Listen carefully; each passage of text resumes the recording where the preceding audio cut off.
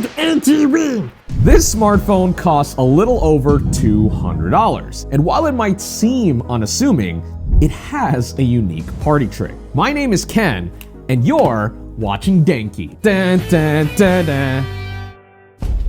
Finding variety with today's smartphones is tough. Yes, there might be differing sensibilities between, say, an iPhone and a Galaxy, but I think innovation in smartphones have stagnated, where the look, feel, and overall functionality aren't evolving as much as I'd like. Most phones aren't wowing me in the way that makes me feel like I bought something even remotely close to an earth-shattering product. Yes, foldables like the Z Flip 5 exist, which I've been daily driving and have been enjoying my time with. However, I have to admit that bendy screens don't have the level of durability and consistency of a traditional rectangular smartphone, and are somewhat expensive for being a novelty. But turns out that's not the only way to get a unique looking phone. Enter the LG Wing. When it came out in 2020, it retailed for $1,000 but right now you can find it for around $225. A great price for one of the most unique phones you can buy today.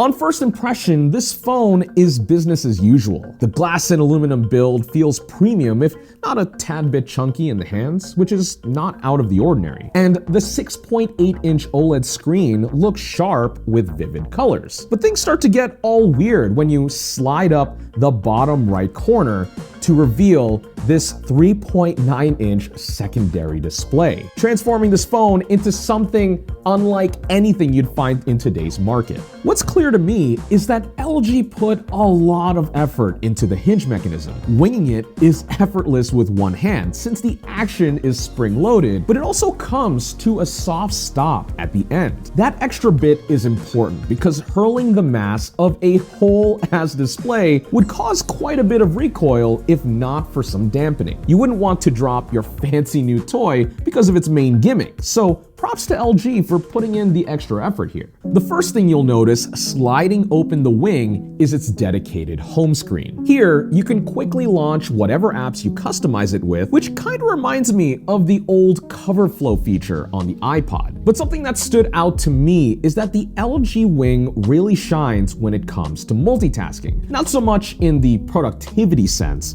but rather for content consumption. I can't be the only one who does this, but I constantly find myself browsing Twitter or looking things up while watching YouTube or Netflix. Well, with the Wing, you can have the main display in landscape to play video full screen, then use the smaller display to browse the web or social media. Especially if you're a VTuber enjoyer just like me, this phone works so well for that. Plus, the software is surprisingly thought out in places I wasn't expecting for dual screen use. For example, if I'm searching for a YouTube video with the main display, a keyboard pops up on the secondary one, which feels surprisingly intuitive. Also, the camera app does a clever thing where you can get a clean preview of what you're shooting up top with all of your controls out of the way on the bottom display. Stuff like this makes the quirky form factor feel more usable and practical than you'd expect, even if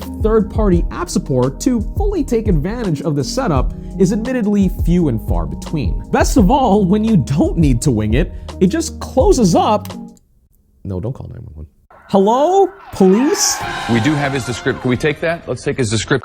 Just close it up and it becomes a normal Android phone. On top of that, something that surprised me revisiting this device after almost 3 years is that it actually got an update a few months ago. If you didn't know, LG basically axed its mobile division in 2021, not too long after they came out with the Wing. It's a shame because the company genuinely felt innovative in key areas, selling phones with dual screen cases and audio-grade file headphone jacks at a time when competitors were streamlining, simplifying, and flat-out removing features. You said audio-grade files. Audio-grade files. I can't even blame my mild dyslexia for that one. I'm just dumb. I never got to own an LG V-Series phone, but I've always wanted one, mainly to listen to music because the DACs on them are great. But I did have an LG Velvet with the dual screen case, which was awesome for multitasking, especially at a time when the Galaxy Fold was just coming out and that was literally shitting the bed. But LG, props to them, they actually executed pretty well. The LG Wing was basically a Hail Mary to jumpstart LG's phone business, but sadly, it didn't end up panning out. Despite that, the Wing recently got bumped up to Android 13 this past summer, which is awesome to see, especially since LG phone appreciators still exist and even go as far as modifying their devices to keep them in use. On the extreme end, some people are straight up taking the Wing apart and modifying them into tiny Android emulator machines. It takes a bit of ingenuity and craftsmanship to do,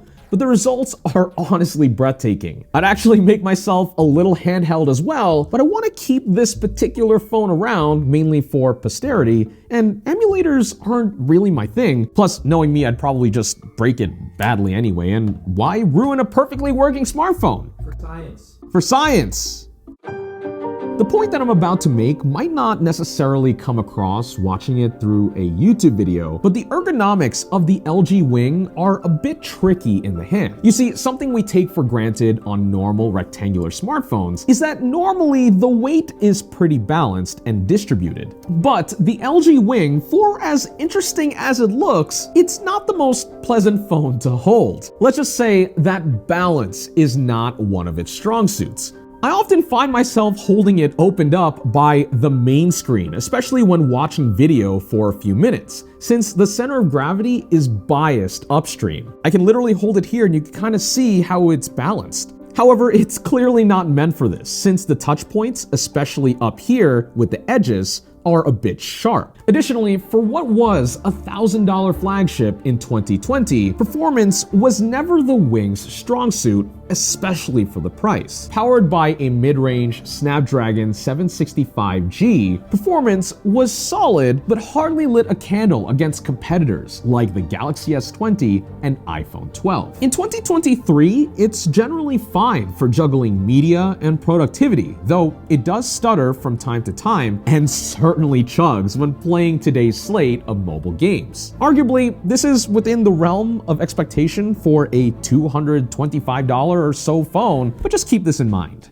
Moving on, something that's not really my cup of tea is the software experience. For all the cool phones that LG has made over the years, their take on Android was never my favorite. Visually, it's always looked too bubbly and tacky. And maybe it's just my Korean review unit, but the amount of bloat you get on this phone is nuts.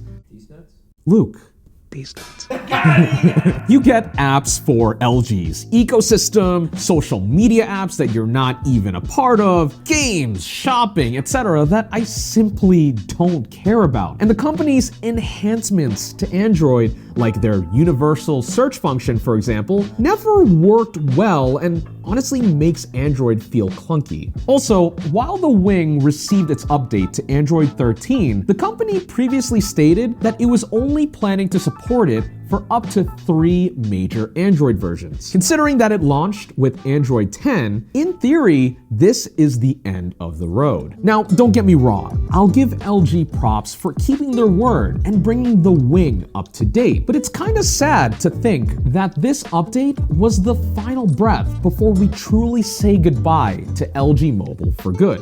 Rip in pepperoni. Pepperoni? Rest in pepperoni. I hope you rest in pepperoni. I cry every time.